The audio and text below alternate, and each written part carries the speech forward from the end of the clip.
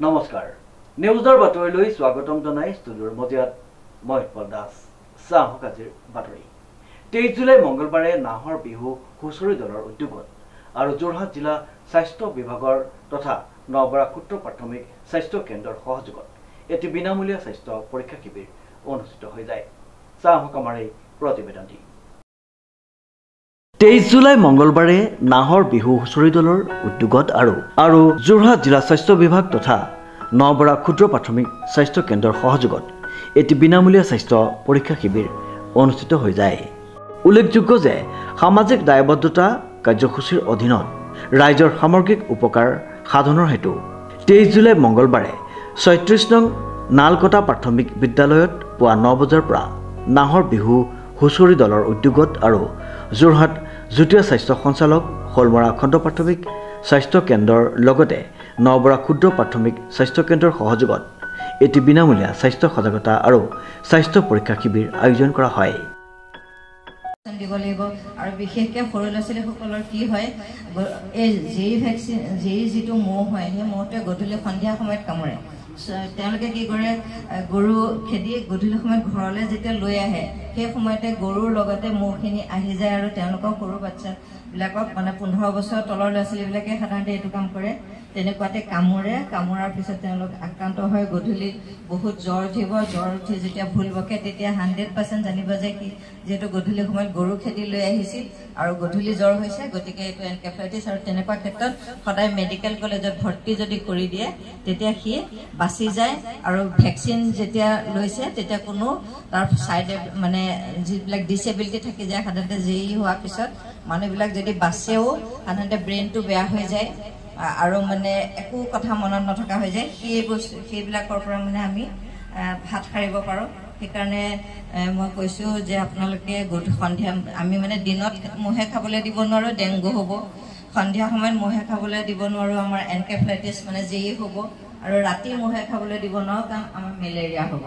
তাৰমানে আমি কোনো সময়তে আমি মহে খাব দিব নোৱাৰোঁ আৰু সেই মহৰ উপদ্ৰৱৰ পৰা হাত সাৰিবৰ কাৰণে আমি যাতে ঘৰৰ কাষত নলা নৰ্দমাবিলাক আমাৰ বোৱাই দিয়ে সকলোৱে মিলি যাতে NGO বা গাঁৱৰ মানুহখিনিয়ে সেইখিনি কৰে তাৰপিছত আৰু বেয়া লেতেৰা পানীত সদায় এই কিউলেক্স মস্কিটোটো থাকে মানে এনকেফেলাইটিছৰ যিটো মহ সেইটো লেতেৰা পানীত থাকে আৰু যিটো ডেংগু মহ সেইটো চাফা পানীত থাকে সেইকাৰণে আমি যে ফুলৰ টাব একুৱাৰিয়াম এইবিলাকৰ পানী যে আমি ঘনাই চেঞ্জ কৰি থাকিব লাগে তেনেকুৱাখিনি কৰি থাকিব লাগে তাৰপিছত মেলেৰিয়া মহটোতো সেইটো লেতেৰা পানীতে থাকে গতিকে আমি সেইকাৰণে ড্ৰেইন চেইনটো চাফা কৰি ৰাখিব লাগে আৰু আমি লগতে আমি এই মহৰ কথাখিনি কৈ আমি অকল এইখিনিয়ে সাৱধান হৈ থাকিলে নহ'ব কিন্তু আমাৰ এতিয়া দেখা গৈছে যে আমাৰ সমাজত এতিয়ালৈকে আমাৰ হলমৰা ব্লকৰ আণ্ডাৰত 13টা শিশুৰ মৃত্যু হৈছে এই 13টা শিশুৰ মৃত্যুৰ 10টাই কি হৈছে LBW মানে ল' বাৰ্থ ৱেইট গতিকে আমি যদি অকল মহৰ কথা বা এই এনকেফেলাইটিছ এনেকুৱা কথাই চিন্তা কৰি আহোঁ তেতিয়া কিন্তু আমাৰ নহ'ব কাৰণ আমাৰ এই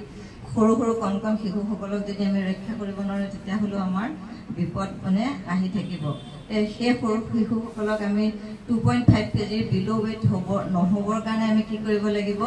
গৰ্ভাৱস্থাৰ পৰাই আমি কোৱালিটি ANC দিব লাগিব কোৱালিটি ANC বুলি ক'লে এইটো বুজায় যে আমি প্ৰথম 3 মাহৰ ভিতৰতে মানে আৰ্লি ৰেজিষ্ট্ৰেশ্যনটো বহুত দৰকাৰ আৰ্লি ৰেজিষ্ট্ৰেশ্যন কৰিলে আমাৰ কি হয় যদি গৰ্ভৱতী মহিলাগৰাকীৰ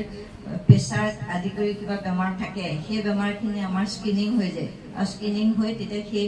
কি কাৰণত হৈছে সেইটো কজটো উদ্ঘাটন কৰি আমাৰ সেইমতে ট্ৰিটমেণ্ট যদি আমাৰ আৰ্লি অৱস্থাৰ পৰা দিয়ে আৰু যদি আমি গৰ্ভৱতী মহিলাগৰাকীৰ যিটো প্ৰতি মাহে তেওঁলোকৰ ওজন বাঢ়িব লাগে সেই ওজন বাঢ়িবৰ কাৰণে আমি তেওঁলোকক অন্ততঃ বাচ্চাৰ কাৰণে দুবাৰ এক্সট্ৰা যিটো খায় তাৰ লগত দুবাৰ এক্সট্ৰা খাবৰ কাৰণে যদি আমি প্ৰথম অৱস্থাৰ পৰাই উপদেশ দিওঁ আৰু প্ৰতি মাহতে ওজনটো বাঢ়িছে নাই সেইটো যদি আমাৰ আশায়ে মন কৰে আৰু মন কৰি যদি নাই বঢ়া প্ৰতি মাহতে অন্ততঃ মিনিমাম 1 কেজি তেতিয়াহ'লে সেইটো যদি চিকিৎসকৰ আৰু কাষ চাপি তেওঁলোকক যদি পইণ্ট আউট কৰি দিয়ে তেতিয়া তেওঁলোকে তেখেতসকলক আমি প্ৰটিন পাউডাৰকে আদি কৰি যিখিনি বাচ্চাৰ ওজন বাঢ়িবৰ কাৰণে সেইখিনি দিলে সেই ল' বাৰ্থ ৱেইটবোৰ বন্ধ হ'ব আৰু ল' বাৰ্থ ৱেইট বন্ধ হ'লে আমাৰ শিশুৰ মৃত্যু হাৰটো কমি যাব তেনেকৈ আমাৰ কি হৈছে কিছুমান বিসংগতি দেখা দিয়ে হয়তো আমি ডক্টৰক দেখাইছিলোঁ ভাল ডক্টৰক দেখাইছিলোঁ তথাপি দেখোন আমাৰ বাচ্চাটোৰ আকৌ তালু ফুটা হাৰ্টত ফুটা ওলালে এনেকুৱা ডিসেবিলিটি হল কাণে নুশুনিলে কাৰণটো কি কিন্তু আপোনালোকে জানেনে যে 14 দিনৰ ভিতৰতে ভ্ৰূণটোৰ বিসংগতিখিনি হয় গতিকে আমি মানে ইলিজিবল কাপুলৰ ৰেজিষ্টাৰখিনি আমাৰ আশাই ভালকে কৰিব লাগে আৰু সেই ইলিজিবল কাপুলৰ আপোনাৰ যিগৰাকী মহিলা তেওঁলোকক বিয়া কৰি অনাৰ পিছতে তেওঁলোকক সুধিব লাগে যে আপোনালোকে কেতিয়া প্লেন কৰিছে যদি আপোনালোকে বাচ্চা প্লেন কৰিছে তাৰ 3 মাহৰ আগৰ পৰাই ফলিক এচিডটো খাবলৈ দিব লাগে যদি 3 মাহৰ আগৰ পৰাই আমি ফলিক এচিডটো খাবলৈ দিওঁ তেতিয়াহ'লে সেই বিসংগতিবোৰ হাৰ্টত ফুটা আদিকে কৰি সেইবিলাক আমি প্ৰিভেনশ্যন কৰিব পাৰিম গতিকে এনেকুৱা ধৰণৰ মেছেজখিনি মই সমাজৰ কাৰণে দিলো আৰু মানুহখিনি যেটো গৰমত এতিয়া ট্ৰিটমেন্টৰ উক্ত শিবিৰত অভিজ্ঞ ঔষধ বিশেষজ্ঞ আৰু চকু বিশেষজ্ঞৰ লগতে কেইবাগৰাকীও চিকিৎসাকৰ্মী উপস্থিত আছিল বিশিষ্ট চিকিৎসক ডক্টৰ ৰঞ্জিত বৰুৱা ডক্টৰ বিমান হাজৰিকা খোলমৰা খণ্ড প্ৰাথমিক স্বাস্থ্য কেন্দ্ৰৰ মহকুমা স্বাস্থ্য বিষয়া ডক্টৰ ৰঞ্জুমণি পাঠক CHO সঞ্জিতা হাজৰিকা নবৰা মডেল হস্পিটেলৰ নাৰ্ছ আৰু লেবৰেটৰী টেকনিচিয়ান ফাৰ্মাচিষ্টকে মুখ্য কৰি কেইবাগৰাকীও চিকিৎসা বিষয়া তথা চিকিৎসা কৰ্মী উক্ত অনুষ্ঠানটিত উপস্থিত থাকি বিনামূলীয়া স্বাস্থ্য শিবিৰটি সুকলমে অনুষ্ঠিত হোৱাত সহায় সহযোগিতা আগবঢ়ায় উক্ত স্বাস্থ্য শিবিৰটি সুকলমে অনুষ্ঠিত হৈ যোৱাৰ বাবে নাহৰ বিহু হুঁচৰি দলৰ পৰিচালনা সমিতিৰ হৈ আইনী উপদেষ্টা পিঞ্জু প্ৰতিম নেওগ সভাপতি ধ্ৰুৱজ্যোতি দত্ত উপ সভাপতি অনুপম হাজৰিকা সম্পাদক নৱকান্ত গুৰিয়াল সহ সম্পাদক চন্দন দত্ত আৰু ত্ৰিনয়ন দত্ত কোষাধ্যক্ষ প্ৰিজম দত্ত প্ৰতিষ্ঠাপক লক্ষ্যজ্যোতি দত্ত আৰু প্ৰাৰ্থপ্ৰতিম বৰাই সকলোকে আন্তৰিক ধন্যবাদ জ্ঞাপন কৰি আগলৈও এনেদৰে সহায় সহযোগিতা আন্তৰিকতাৰে কামনা কৰিছে বিকজ প্ৰজন্ম কিছুমান ওলাই আহিছে আমাৰ আজি আমি যদি প্ৰজন্ম ওলাই নাহো আমি আজি এই কালৰ মানুহ ওলাই নাহো আমি এটো এক্সপেক্ট কৰিব নোৱাৰো যে আমাৰ আগৰ মানুহবিলাকে কাম কৰি থাকিব আমি এইবিলাক কিছুমান কাম কৰিব লাগিব বা কৰি থাকিব লাগিব মই বিশেষকৈ স্বাস্থ্যৰ ওপৰত কওঁ মেমে আমাৰ ৰঞ্জুমণি বাইদেউ মেমে বহুত ভাল কিছুমান কথা কৈ গ'ল তাৰ উপৰিও মই আজি চলি থকা যিখিনি চলি আছে আমি জানো যে বহুত কিছুমান আমি নিউজ পেপাৰত পাই থাকো বা আমি টিভিত পাই থাকো যে স্বাস্থ্যৰ সমূহে এইবিলাক কাম কৰি আছে বা এইবিলাক চলি আছে কিন্তু কিছুমান নিৰ্দিষ্ট এতিয়া ৰেগুলাৰ বেচিছত কিছুমান হেল্থ ডিপাৰ্টমেণ্টে কাম কৰি আছে সবতকৈ আৰম্ভণি মই কৰিব বিচাৰিছো আভা আইডি পৰা সেইটো হৈছে আপোনাৰ আয়ুষ্মান ভাৰত হেল্থ একাউণ্ট সেইটো মই এইকাৰণে কৈছো কাৰণ যেনেকৈ আমি আজি বেংকত বেংক একাউণ্ট খোলো আৰু আমাৰ বেংক একাউণ্টৰ পৰা আমাৰ গোটেই এটা ষ্টেটমেণ্ট আমি গম পাওঁ আমাৰ ফাইনেন্সিয়েল ষ্টেটমেণ্টটো গম পাওঁ আমাৰ পইচা পাতিৰ কথা গম পাওঁ তেনেকৈ আয়ুষ্মান ভাৰত যোনটো হেল্থ একাউণ্ট হয় সেইটো আমাৰ গোটেই বেমাৰৰ প্ৰফাইলটো থাকে তাতে চ' আজিকালি আপোনাৰ আভা আইডি ক্ৰিয়েট কৰাটো বহুত ইম্পৰ্টেণ্ট আভা আইডি ক্ৰিয়েট কৰিবলৈ আপোনালোকে ক'তো যাব নালাগে সেইটো চাগে চবৰে হাতে হাতে মোবাইল আছে এই মোবাইল থকাৰ কাৰণে মই খালি 3টা ষ্টেপতে আপোনালোকে উলিয়াব পাৰিব সেইটো হৈছে জাষ্ট ক্ৰোমত গৈ পানি গুগল ক্ৰোমত গৈ পানি মই নতুন ল'ৰা ছোৱালীবিলাকৰ কাৰণে কৈছো বিকজ তেওঁলোকে যদি নিজৰ পৰিয়ালৰ চবৰে উলিয়াই দিয়ে তেওঁলোকে এটলিষ্ট আভা আইডি কেনে বেলেগত যাব নালাগে তেওঁলোকে গুগল ক্ৰোমত গৈ পানি যদি ক্ৰিয়েট আভা আইডি মাৰে তাতে ABDMৰ আয়ুষ্মান ভাৰত ডিজিটেল মিছনৰ এটা আপোনাৰ পেজ খোল খাব তাতে আপোনালোকে আধাৰ আইডি